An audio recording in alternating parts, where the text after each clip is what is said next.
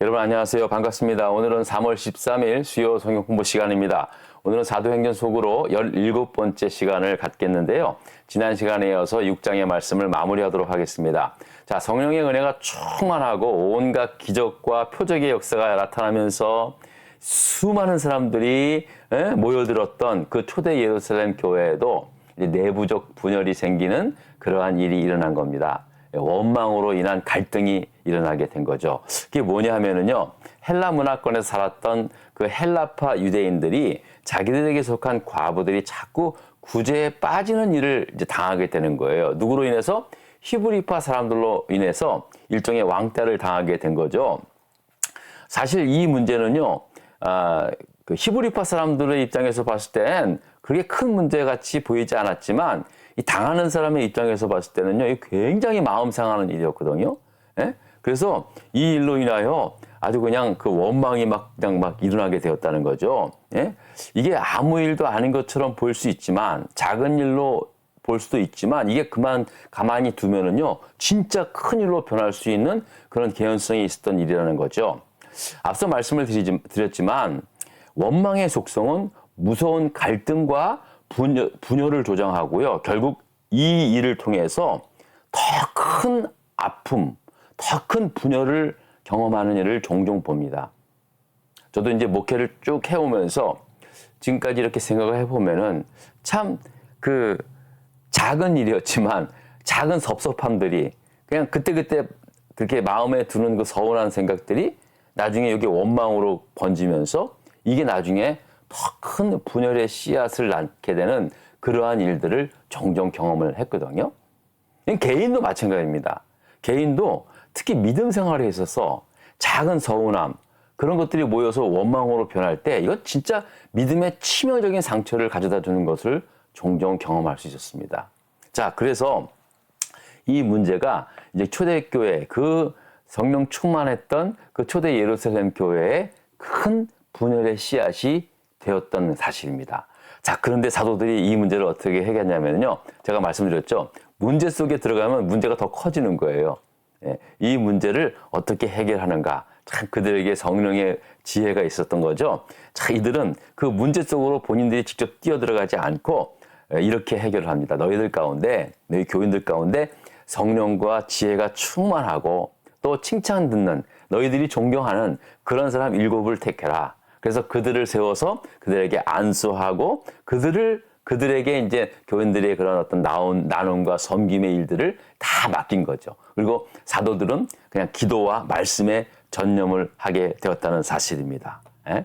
그래서 이 일로 인해서 이렇게 이제 문제 해결이 됨으로 말미암아 어떻게 되었습니까? 오히려 더 많은 사람들이, 더 큰 교회가 왕성하게 부흥이 되었고, 심지어는 예루살렘 성전에서 있었던 제사장들 무리까지도 복음의 말씀에 듣고 주님께 돌아오는 그런 대부흥의 역사가 일어날 수 있었다는 사실입니다. 예? 그래서 여러분 정말 재차 강조하는데요. 어떤 문제가 생기는 것은요, 이건 당연한 겁니다. 이건 교회로서 또 개인적인 삶에 있어서 문제가 생기는 것은 이건 자연스러운 일입니다. 그런데 중요한 건 이겁니다. 이 문제를 어떻게 잘 해결하느냐에 따라서 그 문제가 오히려 더 교회를 든든히 세워가는 깊은 영적인 뿌리를 내릴 수 있는 그러한 영양분이 될 수 있다는 사실입니다. 초대교회도 마찬가지예요. 그런 이 문제를 잘 이렇게 해결하니까요, 교회 일꾼도 세워지고 또 더 큰 부흥의 역사도 나타날 수 있다는 사실입니다. 자, 그런데 오늘 제가 말씀드리고 싶은 거는요, 7사람을 택하고 했을 때 온 무리가 기뻐했다 그랬잖아요. 자, 이게 무슨 말이냐면 다 동의를 했다는 거예요. 그 이유가 무엇이었을까? 그 이유는요, 사도들이 직접 지명해서 택한 사람이 아니에요. 그러니까 교인들이 자기의 각자의 의견을 모아서 택해서 세웠던 사람들이기 때문에 그렇다는 거예요. 어느 특정 지역의 사람이나 특정한 어떤 지식에 있는 또 지위에 있는 사람들이 아니라 자기들이 진짜로 저 사람 정말 성령 충만하고 또 지혜가 있고 또 인격적으로 정말 성숙한 사람이라는 것을 자기들이 보면 알 거 아니에요. 그래서 그들 가운데 7명을 택했기 때문에 그들 모두가 다 기뻐할 수 있었다는 사실입니다. 이게 정말 중요한 거예요. 만약에 사도들이 자 당신 하면은 자기들이 뽑지 않고 사도들이 뽑으면 결국은 사도들과 똑같은 또 사람들이 되는 거예요. 그럴 수 있잖아요. 그래서 그 일들을 아예 그냥 그 교인들이 알아서 하게끔 하니까 교인들이 더 기뻐할 수 있었고 또 교인들이 세운 일꾼들로 하여금 더 큰 교회의 부흥을 일어날 수 있다는 사실입니다. 자, 근데 여기서요, 우리가 보통 보면은 이제 이분들을 일곱 집사라 그러잖아요. 초대교회 일곱 집사라고 우리 다 알고 있었고요. 저도 그 주일학교 때부터 이분들을 그냥 일곱 집사라고 그렇게 배워왔고 또 가르쳐 왔습니다. 근데 사실 이 본문에 보면은요, 원어에는 사실 집사라는 말이 없어요. 이 일곱 분의 사역자를 세웠는데 이분들을 집사라고 칭하지는 않았습니다. 이 집사라는 직분은요, 사도행전 21장 8절에 보면은 빌립을 일곱 집사 중에 한 집사라고 소개를 하고 있습니다만 여기에도 사실은 원어에는 빌립을 갖다가 그 일곱 사람들 중에 한 전도자로 그렇게 말씀하고 있지 집사라는 어떤 디컨이라는 그 표현이 없습니다. 이 집사라는 말이 어디서 처음 나오냐면요, 사도 바울이 그 아들, 영적인 아들 디모데에게 앞으로 교회 일꾼을 세울 때 감독은 어떤 사람으로 또 교회 집사들은 이러이러한 사람으로 세워라라는 권면의 말씀을 나올 때 디모데전서 3장에 나오거든요. 처음으로 집사라는 이름이 나오는 거예요. 집사람이. 그러니까 초대교회 때 오늘 지금 이제 초대교회 사도행전 6장에 7분을 세울 때 이분들이 처음에 가진 직분은 사실은 집사라는 직분은 아니었어요. 그 당시의 직분은 12제자들이 가졌던 사도의 직분밖에는 없었다는 사실입니다. 그리고 사실은 따지고 보면은요, 이 초대교회의 뽑힌 세운 7분의 이 사역자들은요, 집사 수준이 아니었어요. 완전히 목회자 기준을 뛰어넘는 아주 그런 분들이었다는 거죠. 또 특히 이분들을 어떻게 표현을 합니까? 성령과 지혜가 충만하여 칭찬받는 사람이다, 이런 말을 하고 있잖아요. 여기에 아주 중요한 영적인 의미가 있습니다. 여러분, 우리가 보면은요, 단순히 그냥 교회 일꾼을 세우는데 그냥 믿음만 좋다고 그렇게 세우는 게 아니라는 거죠. 예? 또 열심히 교회 일을 막 열심히 한다고만 해서 사실은 그분이 훌륭한 교회 일꾼으로 성장할 수 있다라는 보장은 아무도 못 합니다. 왜냐하면은요, 저도 이제 이렇게 목회를 하다 쭉 보면은 참 교회 열심히 막 믿음도 있고 열심히 교회를 잘하는 사람들이 잘하긴 잘해요. 근데 중요한 건 뭐냐면은요, 그것도 중요하지만 사실은 좀 사람들에게 좀 존경받는, 좀 칭찬받는, 사람들과 잘 어울려서 서로 끌어주고 격려해주는 그런 인격적인 성숙도 함께 따라가야 한다는 사실입니다. 그래야 사실은 교회 일도 꾸준하게 성숙되게 할 수 있다는 거예요. 무슨 말씀이냐면 우리가 영적인 일을 할 때 있어서 꼭 믿음만 있으면 다 된다? 그게 아니에요. 물론 제일 중요하죠. 그러나 믿음과 함께 인격적인 성숙도 꼭 필요하다라는 거예요. 특히 이제 목회자, 저도 사실은 제가 열심히 부족한 사람이 아닙니다. 믿음이 부족했던 사람이 아닙니다. 근데 제가 뒤돌아보면은요, 인격적으로 참 성숙하지 못한 부분들이 너무나 많았어요. 제가 성격이 너무 급했고, 좀 생각을 좀 더 깊이 하고 했어야 되는데, 모자란 부분들이 참 많이 있었어요. 그래서 제가 믿음이 없어서, 기도를 잘 못해서, 기도가 부족해서, 또 교회 일을 하는데 열심히 없어서, 그거 아니었어요. 저는 그렇다고 해서 잘하지는 못했지만, 그래도 교회 일을 하는 데 있어서는 책임지고 최선을 다한 건 누구도 다 제가 인정을 받았던 사람인데, 근데 이렇게 가만히 보면은 참 제 인격 수양이 부족해서 일어났던 일들이 참 많이 있었던 것 같아요. 이거 자기 고백 같지만, 그래서 여러분, 제가 이렇게 말씀을 드리는 건 이겁니다. 여러분도 스스로도 마찬가지지만, 물론 자기 스스로 내 인격이 별로 안 좋아라고 그렇게 생각하는 사람 아무도 없어요. 하지만 내가 남들에게 칭찬은 아니더라도, 존경까지는 아니더라도 남과 이렇게 잘 어울려 서로 끌어주고 서로 이해해주고 이런 인격적인 성숙함이 있는가도 지금 돌아봐야 할 거고요. 또 앞으로도 특히 목회자를 세우는 데 있어서 특별히 더 중요합니다. 많은 사람들은요, 많이 배우고, 뭐, 설교도 잘하고, 물론 그게 정말 중요하죠. 그게 아주 굉장히 가장 중요한 일일 수도 있죠. 그러나 아무리 그래도요, 인격이 부족하면은요, 오래 못 갑니다. 그런 분들 많이 봤어요. 그러니까 여러분들이 항상 그런 것들이, 이게 양면성이 있구나. 그러니까 항상 이런 것들을 좀 보셔야 돼요. 응? 이제 우스갯말로 이랬어요. 저도 이제 딸이 둘 있잖아요. 근데 이제 사위를 볼 때 어떤 사람을 볼 거냐. 저 목사니까 당연히 믿음이 좋은 사람이어야지라고 다들 생각하는데 저 대답은 좀 달랐어요. 저는 착한 남자.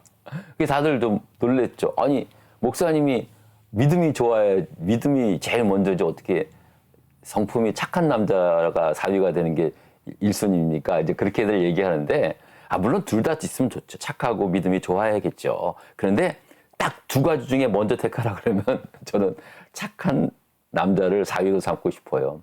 예, 그렇게 이거는 좀 이건 뭐 제 개인적인 문제 뭐 생각입니다. 근데 왜 그러냐면은요. 믿음은 사실은 아무리 좋아도 또 이렇게 시험 들어서 막 떨어지고 이렇게 왔다 갔다 하잖아요.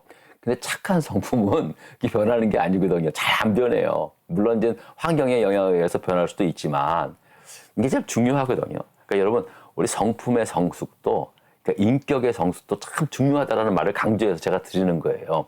그러니까 초대교회에 7명의 일꾼들을 세우는 데 있어서 믿음과 성령이 충만하고 지혜가 아주 많으신 분도 뽑았지만 중요한 건 뭐냐면 많은 사람들에게 칭찬받는, 존경받는, 인격적으로 성숙한 사람들이 세워졌다는 것을 여러분 잊지 마셔야 되겠습니다. 자, 그런데요. 이렇게 7 일꾼을 세웠지만 이분들 가운데 특히 이 12 사도들의 버금가는 분들이 있었어요. 누구입니까? 스테반이랑 그다음에 빌립이라는 분이에요. 자, 그래서 이 스테반과 빌립의 이야기가 계속해서 이어져 나오고 8장까지 이어져 나오거든요. 그래서 먼저 이제 8절에 이렇게 한번 볼까요? 자, 이 스테반이라는 분이 어떤 분이냐면요. 자, 보겠습니다. 자, 한번 읽어보겠습니다. 스테반이 은혜와 권능이 충만하여 큰 기사와 표적을 민간에게 행하니라고 말씀하고 있습니다. 스테반이 그냥 뭐 구제하고 교인들을 섬기고 뭐 교인들 이런저런 일 돌보는 그런 일뿐만 아니라 스테반이 은혜와 성령의 충만함하고 막 권능 막 성령의 권능이 막 그에게 나타나는 거예요. 그래서 막 스테반도 막 사도들과처럼 막 기사와 표적을 막 행하는 거예요. 예? 야, 그러니까 스테반의 이 사역은요, 구제와 섬기는 일뿐만 아니라 그에게 성령이 역사하니까는요, 막 큰 기사와 이적도 행하는 그런 사람이 되었다는 사실입니다. 하나님께서 역사하실 때, 하나님은요, 어떤 일에 국한돼서 사용하지 않아요. 하나님께서 사람을 세우는 데 있어서 정말 신묘막측합니다. 하나님께서 스테반을 그렇게 또 사용하시는 거예요. 자, 그래서 이렇게 스테반이 기사와 표적을 막 사람들에게 행하니까는요, 어떤 일이 일어나냐면요, 또 말씀을 보겠습니다. 자, 9절입니다. 이른바 자유민들, 즉 구레네인 알렉산드리아인 길리기아와 아시아에서 온 사람들의 회당에서 어떤 자들이 일어나 스테반과 더불어 논쟁할세라고 하는 거예요. 자, 이른바 자유인이라고 부르는 사람들이 나타나서 스테반과 막 논쟁하게 되는 거예요. 자, 이 자유인들이란 뭘까요? 이 사람들이 어떤 사람이냐면요. 예전에 그 로마의 폼페우스 이 장군에 의해서 포로로 잡혀간 사람들이 많이 있었어요. 그죠? 유대인들이 많이 포로로 잡혀갔잖아요. 그래서 전쟁 포로로 잡혀간 사람들은 무조건 노예예요. 그래서 로마로 끌려가가지고 노예 생활을 했던 사람들입니다. 그러다가 어느 일정한 시간이 지나고 또 로마의 주인들로 하여금 자유를 얻게 한, 그래서 그 자유를 얻어서 이 예루살렘으로 온 사람들을 자유인들이라 그런 거예요. 그러니까 포로로 끌려갔다가 노예 생활을 하다가 다시 자유를 얻어서 회복된 그런 분들을 자유인들이라고 그렇게 말하고 있는 것입니다. 자, 그런 사람들이 이제 무슨 여기저기에서 뭐 알렉산드리아인에서 또 길리기아인, 아시아에서 자유를 온 자유인들이 이제 예루살렘에 와 보니까 이거 아무것도 아닌 사람들이 아닌 사람이 스데반이라는 사람이 막 그냥 뭐 하나님의 마치 자기가 하나님께서 보내주신 뭐 엄청난 사람인 것처럼 막 기사와 능력을 행하고 막 하니까 이들 눈에는 이상하게 보였나 보죠. 그래서 막 논쟁을 한 거예요. 아니 당신이 뭔데 말이야 이런 일을 하느냐 막 이제 그렇게 막 따지게 된 거죠. 자, 그랬더니 이 사람들하고 논쟁을 하니까 어떻게 됩니까? 자, 10절의 말씀입니다. 스데반이 지혜와 성령으로 말함을 그들이 능히 당하지 못했다는 거예요. 능히 당하지 못했죠.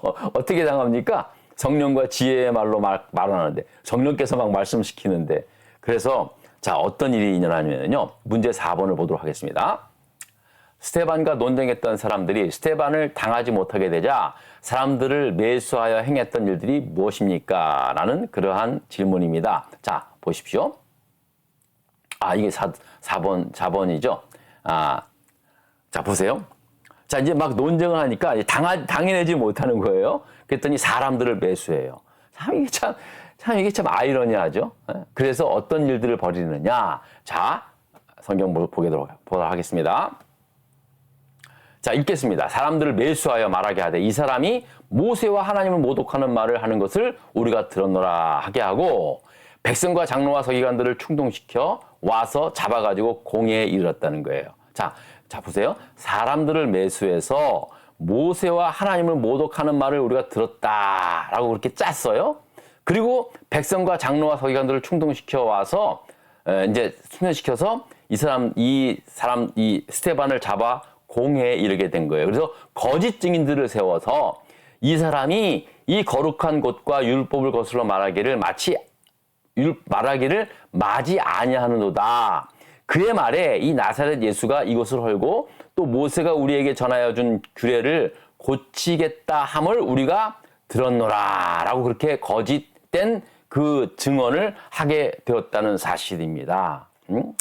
여러분, 이게 사람이 있잖아요. 이렇게 그 사람들을 충동질하고 거짓된 말로서 이렇게 한순간에 한 사람을 갖다가 이제 죽음에 이르는 그러한 끔찍한 일들을 행하는 거예요. 아무런 양심의 가책도 없이. 뭘로요? 신앙의 이유로. 자기의 믿음을 지키겠다고 하는 그러한 이유로 막 거짓된 그런 것 필요 없어요.